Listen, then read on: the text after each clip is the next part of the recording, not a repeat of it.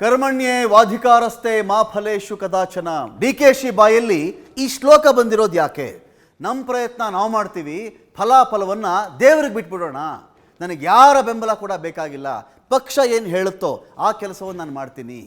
ದೇವಸ್ಥಾನಕ್ಕೆ ಹೋಗಿ ಬರ್ತಾ ಇದ್ದಂತೆಯೇ ಇಂಥ ಮಾತುಗಳು ಡಿ ಕೆ ಶಿ ಅವರ ಬಾಯಿಂದ ಯಾಕೆ ಬರ್ತಾ ಇದೆ? ಮುಂದಿನ ರಾಜಕಾರಣದ ಭವಿಷ್ಯ ಡಿ ಕೆ ಶಿ ಅವರಿಗೆ ಈಗಲೇ ಗೋಚರವಾಗ್ತಾ ಇದೆಯಾ? ಮೌನಂ ಸಮ್ಮತಿ ಲಕ್ಷಣಂ, ಮೌನಂ ಸಮ್ಮತಿ ಲಕ್ಷಣಂ ಎನ್ನುವ ಒಂದು ಮಾತು ಯಾಕೆ ಹೇಳಿದ್ದಾರೆ ಅವರು? ಆ ರೀತಿಯ ಸಂಸ್ಕೃತ ಶ್ಲೋಕವನ್ನು ಡಿ ಕೆ ಶಿವಕುಮಾರ್ ಅವರು ಹೇಳ್ತಾ ಇರೋದು ಯಾಕೆ?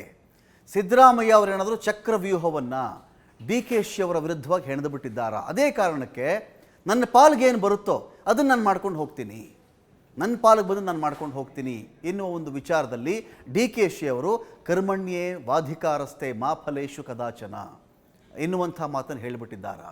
ಅಂದರೆ ನನಗಿವಾಗ ನಾನೇನು ಕೆಲಸ ಮಾಡಿದ್ದೀನಿ ಅದಕ್ಕೆ ತಕ್ಕಂಥ ಫಲ ನನಗೆ ಸಿಗುತ್ತೆ ಅಷ್ಟೇ, ನನ್ನ ಕೈನಲ್ಲಿ ಇನ್ನೇನೂ ಇಲ್ಲ. ಈ ಒಂದು ಹೇಳಿಕೆ ಬರಬೇಕಾದಾಗ ಈ ಬಾರಿಯ ನನ್ನ ಪ್ರಯತ್ನ ಸಾಕಾಗ್ತಿಲ್ಲ ಅಂತ ಏನಾದರೂ ಅನಿಸಿದೆಯಾ ಡಿ ಕೆ ಶಿವಕುಮಾರ್ ಅವ್ರಿಗೆ? ಅಥವಾ ಕೆಲವು ಮೂಲಗಳು ಹೇಳೋ ಪ್ರಕಾರ ಈ ಸೆಪ್ಟೆಂಬರ್ಗೆ ಡಿ ಕೆ ಶಿ ಅವರಿಗೆ ಅಂತಹ ಒಂದು ಚಾನ್ಸ್ ಇದೆಯಾ ಗೊತ್ತಿಲ್ಲ. ಚಕ್ರವ್ಯೂಹದ ಒಳಗಡೆ ಸಿಕ್ಕಾಕೊಳ್ಳೋದಕ್ಕಿಂತ ಸುಮ್ಮನೆ ಇದ್ದು ಕೆಲಸ ಮಾಡ್ಕೊಂಡು ಹೋಗೋದು ಮೇಲು ಎನ್ನುವ ಧೋರಣೆಗೇನಾದರೂ ಈ ಕಡೆ ಡಿ ಕೆ ಶಿವಕುಮಾರ್ ಅವರು ಬಂದಿದ್ದಾರಾ? ಈ ರೀತಿ ಒಂದು ಮನಸ್ಥಿತಿಗೆ ಡಿ.ಸಿ.ಎಂ ಡಿ ಕೆ ಶಿವಕುಮಾರ್ ಅವರು ಸದ್ಯ ಬಂದುಬಿಟ್ಟಿದ್ದಾರಾ ಅಂತ. ದೇವಸ್ಥಾನಗಳಿಗೆ ಹೋಗ್ತಾ ಇದ್ದಾರೆ, ಕುಂಭಕೋಣಂ ಹೋಗಿದ್ದರು, ಈ ಕಡೆ ಶೃಂಗೇರಿ ಹೋಗ್ತಾ ಇದ್ದಾರೆ. ಇವೆಲ್ಲ ಹೋಗಿ ಬಂದ ಮೇಲೆ ಗುರು ಹಿರಿಯರ, ಸಾಧು ಸಂತರ, ಸ್ವಾಮೀಜಿಗಳ, ದೈವದ ಆಶೀರ್ವಾದ, ಮಾತು, ಸಲಹೆಗಳು ಕೇಳಾದ ಮೇಲೆ ಈ ರೀತಿ ಸುಮ್ಮನೆ ಎಲ್ಲರ ವಿರೋಧ ಕಟ್ಕೊಂಡಿರೋದು ಯಾಕೆ? ಅದರ ಬದಲಿಗೆ ಕೆಲಸ ಮಾತ್ರ ಮಾಡ್ಕೊಂಡು ಹೋಗ್ತಾ ಇರೋಣ ಎನ್ನುವ ಒಂದು ವಿಚಾರದಲ್ಲಿ ಡಿ ಕೆ ಶಿವಕುಮಾರ್ ಅವರು ಸೈಲೆಂಟ್ ಆಗಿದ್ದಾರಾ? ಕಳೆದ ಒಂದು ವಾರದ ಹಿಂದಿನ ಡಿ ಕೆ ಶಿವಕುಮಾರ್ ಅವರ ನಡೆಗೂ ಈಗಿನ ಡಿ ಕೆ ಶಿವಕುಮಾರ್ ಅವರ ಮಾತುಗಳಿಗೂ ಬಹಳಷ್ಟು ವ್ಯತ್ಯಾಸ ಇದ್ದಂತೆ ಕಂಡು ಬರ್ತಾ ಇದೆ. ಇದೇ ಡಿ ಕೆ ಶಿವಕುಮಾರ್ ಅವರೇ ಅಧಿಕಾರವನ್ನು ಒದ್ದಾದರೂ ಸರಿ ನಾನು ಪಡ್ಕೊಳ್ತೀನಿ ಅಂತ ಮಾತಾಡಿದ್ರು. But all of a sudden change ಆಗಿರ್ತಕ್ಕಂಥ ಡಿ ಕೆ ಶಿವಕುಮಾರ್ ಅವ್ರನ್ನ ನೋಡ್ತಾ ಇದ್ದೀವ ನಾವು. ಹಾಗಾದರೆ ಏನಿರಬಹುದು ಡಿ ಕೆ ಶಿ ಅವ್ರ ಮನಸ್ಸಲ್ಲಿ? ದಲಿತ ಸಮುದಾಯದ ಸಚಿವರ ಸಭೆ ನಂತರದಲ್ಲಿ ಸಾಕಷ್ಟು ವಿರೋಧ ಬಂದಿತ್ತದು. ಅವರ ಒಂದು ಸಭೆ ನಿಗದಿಯಾಗಿತ್ತು. ಸ್ಟ್ರೈಟ್ ಅವೇ ಹೈಕಮಾಂಡ್ನ ಕಾಂಟ್ಯಾಕ್ಟ್ ಮಾಡ್ತಾರೆ ಡಿ ಕೆ ಶಿವಕುಮಾರ್ ಅವರು. ಕಾಂಟ್ಯಾಕ್ಟ್ ಮಾಡಿದ ಮೇಲೆ ಒಂದು ಕಡೆ ಚೆಕ್ ಮಾಡಿಕೊಂಡ್ರೆ ಇದೇ ಡಿ ಕೆ ಶಿವಕುಮಾರ್ ಅವ್ರಿಗೆ ಇಲ್ಲ, ದಲಿತ ಸಚಿವರ ಸಭೆಯನ್ನು ಒಂದು ಕಡೆ ನಿಂತು ಹೋಗಿಲ್ಲ, ಅದು ಪೋಸ್ಟ್ಪೋನ್ ಆಗಿದೆ ಅಷ್ಟೇ, ನಾವೇನೋ ನಮ್ಮ ಸಮಸ್ಯೆಗಳ ಬಗ್ಗೆ ಮಾತಾಡಬೇಕು ಅಂತ ಅಷ್ಟೇ ಪ್ಲಾನ್ ಮಾಡ್ಕೊಂಡಿದ್ದದ್ದು. ಈ ಮಾತೆಲ್ಲ ಬಂತಲ್ಲ, ಈ ಮಾತುಗಳು ಬಂದ ಮೇಲೆ ಡಿ ಕೆ ಶಿ ಅವರು ಒಂದು ಕಡೆ ಒಂದು ರೀತಿಯಲ್ಲಿ ಬದಲಾಗಿದ್ದಾರಾ? ಅದನ್ನು ಸರಿಪಡಿಸ್ಕೊಳ್ಬೇಕು. ಅಕಸ್ಮಾತ್ ಒಂದು ದಲಿತ ಸಮುದಾಯ ದೊಡ್ಡದಿದೆಯಪ್ಪ, ರಾಜಣ್ಣ ಅವರ ಆದಿಯಾಗಿ ಏನೋ ಮಾತಾಡ್ತಾ ಇದ್ದಾರೆ, ಇವರ ವಿರೋಧ ಕಟ್ಕೊಳ್ಳೋದು ಯಾಕೆ? ಈ ಒಂದು ವಿಚಾರಕ್ಕೆ ಬಂದು ಕೂಡ ಡಿ ಕೆ ಶಿವಕುಮಾರ್ ಅವರು ಇದೀಗ ಮೌನದ ಮೊರೆ ಹೋಗ್ತಾ ಇದ್ದಾರಾ? ಮಾತನಾಡಿ ಮೈ ಮೇಲೆ ಎಳ್ಕೊಳ್ಳೋದಕ್ಕಿಂತ ಹೆಚ್ಚಾಗಿ ಸುಮ್ಮನಿರೋದೇ ಲೇಸಲ್ವಾ? ಮಾತನಾಡಿದಷ್ಟು ದಲಿತ ಸಚಿವರು, ಶಾಸಕರು ಒಗ್ಗಟ್ಟಾಗುವಂಥ ಆತಂಕ ಇದೆ. ಎಷ್ಟೊಂದು ಜನನ ಎದುರು ಹಾಕೊಳ್ಳೋದಕ್ಕಿಂತ ಸದ್ಯಕ್ಕೆ ಮೌನ ಒಳ್ಳೆಯದಲ್ವಾ ಅಂಥೇಳಿ ಡಿ ಕೆ ಶಿವಕುಮಾರ್ ಅವರು ಏನಾದರೂ ಬಂದಿದ್ದಾರಾ? ದಲಿತರನ್ನು, ಸಚಿವರನ್ನು, ಶಾಸಕರನ್ನು ಎದುರು ಹಾಕಿಕೊಳ್ಳುವಂಥ ಗೊಡವೆ ನಮಗೆ ಯಾಕೆ? ಅದೆಲ್ಲ ಎದುರು ಹಾಕ್ಕೊಂಡು ಕುರ್ಚಿ ಪಡೆಯೋದು ಸುಲಭದ ಕೆಲಸ ಅಲ್ಲ, ಕಷ್ಟ ಇರುತ್ತೆ. ಸುಮ್ಮನೆ ಇದ್ದು ಹೈಕಮಾಂಡ್ ಮೂಲಕನೇ ಕುರ್ಚಿ ಗಿಟ್ಟಿಸುವಂಥ ಒಂದು ಪ್ಲಾನನ್ನೇನಾದರೂ ಡಿ ಕೆ ಶಿವಕುಮಾರ್ ಅವರು ಮಾಡ್ತಾ ಇದ್ದಾರಾ? ಒಂದು ಕಡೆ ಅಜ್ಜಯ್ಯ ಅಂತಾರೆ, ಒಂದು ಕಡೆ ಶೃಂಗೇರಿಗೆ ದರ್ಶನ ಮಾಡ್ತಾರೆ, ಒಂದು ಕಡೆ ಕುಂಭಕೋಣಂ ಅಂತ ಹೋಗ್ತಾರೆ.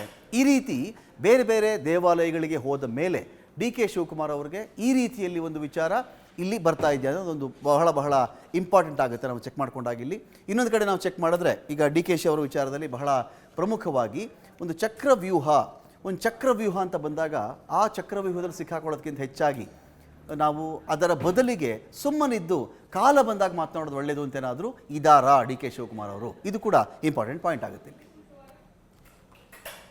ಬೇಡ, ನನಗೆ ಯಾರು ಒತ್ತಾಯ ಆಗೋದು ಬೇಡ, ನನಗೆ ಯಾರ ಬೆಂಬಲನೂ ಬೇಡ, ಯಾವ ಶಾಸಕರ ಬೆಂಬಲನೂ ನನಗೆ ಅವಶ್ಯಕತೆ ಇಲ್ಲ. ನಾನು ಉಂಟು, ಕಾಂಗ್ರೆಸ್ ಪಕ್ಷ ಉಂಟು. ಕಾಂಗ್ರೆಸ್ ಪಕ್ಷ ನಾಯಕರು ಏನು ಹೇಳ್ತಾರೆ ಆ ರೀತಿ ನಾನು ಕೆಲಸ ಮಾಡ್ಕೊಂಡು ಹೋಗ್ತೀನಿ.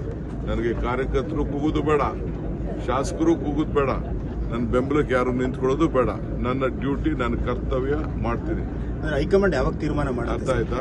ಹೈಕಮಾಂಡ್ ಯಾವಾಗ ಕರ್ಮಣ್ಯೇ ವಾಧಿಕಾರಸ್ತು ಮಾ ಫಲೇಶು ಕದಾಚನ. ಮಾಡೋ ಪ್ರಯತ್ನ ಎಲ್ಲ ಭಗವಂತನ ಮಾಡೋಣ, ಫಲ ಭಗವಂತ ಕೊಡ್ತಾನೆ. ಧರ್ಮದ ಬಗ್ಗೆ ನಂಬಿಕೆ ಇಟ್ಕೊಂಡಿರೋನೆ, ನನ್ನ ಒಡೆತಕ್ಕೋಸ್ಕರ, ರಾಜ್ಯದ ಒಡೆತಕ್ಕೋಸ್ಕರ, ನಮ್ದಂಥ ಜನರಿಗೋಸ್ಕರ, ಸಮಾಜಕ್ಕೋಸ್ಕರ ಒಳ್ಳೇದಾಗಲಿ ಅಂತೇಳಿ ನಾನು ಪ್ರಾರ್ಥನೆ ಮಾಡೋದು. ಸರಿ. ಟೆಂಪಲ್ ಎಲ್ಲ ಮುಚ್ಚಿಬಿಡಿ ಮತ್ತೆ ನೀವೆಲ್ಲ ಸೇರ್ಕೊಂಡು. ಯಾಕೆ ಧಾರ್ಮಿಕ ದತ್ತಿ ಇಲಾಖೆ ಇದೆ, ಯಾಕೆ ಅಜ್ಜಿಲ ಇದು ಮೈನಾರಿಟಿ ವೆಲ್ಫೇರ್ ಇಂದ ಯಾಕೆ ವಕ್ಫ್ ಬೋರ್ಡ್ ಇದೆ, ಮೈನಾರಿಟಿ ಚರ್ಚಸ್ ಯಾಕಿದೆ, ಅವರವರ ವಿಚಾರ, ಅವರವರ ನಂಬಿಕೆ. ನಾನು ಹಿಂದೆ ಹೇಳಿದ್ದೇನೆ, ಧರ್ಮ ಯಾವುದಾದರೂ ತತ್ವ ಒಂದೇ, ನಾಮ ನೂರಾದರೂ ದೈವ ಒಂದೇ, ಪೂಜೆ ಯಾವುದಾದರೂ ಭಕ್ತಿ ಒಂದೇ, ಕರ್ಮ ಹಲವಾದರೂ ನಿಷ್ಠೆ ಒಂದೇ, ದೇವನೊಬ್ಬ ನಾಮ ಹಲವು ಅಂತ ಹೇಳಿದ್ದೇನೆ. ಸೊ ಅವರವರ ನಂಬಿಕೆ, ಅವರವರ ಆಚಾರ, ಅವರವರ ವಿಚಾರ. ಸರಿ. ಟೆಂಪಲ್ ರನ್ ಏನಿದೆ, ಸರ್, ನೀವು ಶೃಂಗೇರಿ ಭೇಟಿ ಕೊಟ್ಟಾಗ ನೀವು ಶೃಂಗೇರಿ ಭೇಟಿ ಕೊಟ್ಟಾಗೆಲ್ಲ ನಿಮಗೆ ಹಲವು ರಾಜಕೀಯ ತಿರುವುಗಳಿಗೆ ಕಾರಣ ಆಗಿದೆ. ಈ ಭೇಟಿನೂ ಕೂಡ ನಿಮ್ಗೆ ರಾಜಕೀಯ ತಿರುವಿಗೆ ಕಾರಣ. ಯಾರು ತಲೆ ಕೆಡಿಸ್ಕೊಳಕ್ ಹೋಗ್ಬೇಡಿ. ಯಾವ ರಾಜಕಾರಣ ತಿರುವು ಅವಶ್ಯಕತೆ ಇಲ್ಲ. ಜನ ಆಶೀರ್ವಾದ ಮಾಡಿದ್ದಾರೆ, ಜನ ನಮ್ಗೊಂದು ಅವಕಾಶ ಕೊಟ್ಟಿದ್ದಾರೆ. 5 ವರ್ಷ ಮುಂದುವರಿಸ್ತೀವಿ. ಎಲ್ಲರ ಮಾತು ಗೌನ.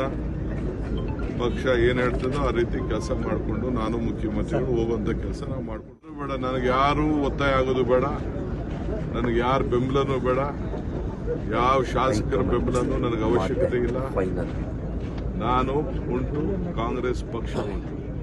ಕಾಂಗ್ರೆಸ್ ಪಕ್ಷ ನಾಯಕರು ಏನ್ ಹೇಳ್ತಾರೆ ಆ ರೀತಿ ನಾನು ಕೆಲಸ ಮಾಡ್ಕೊಂಡು ಹೋಗ್ತೀನಿ.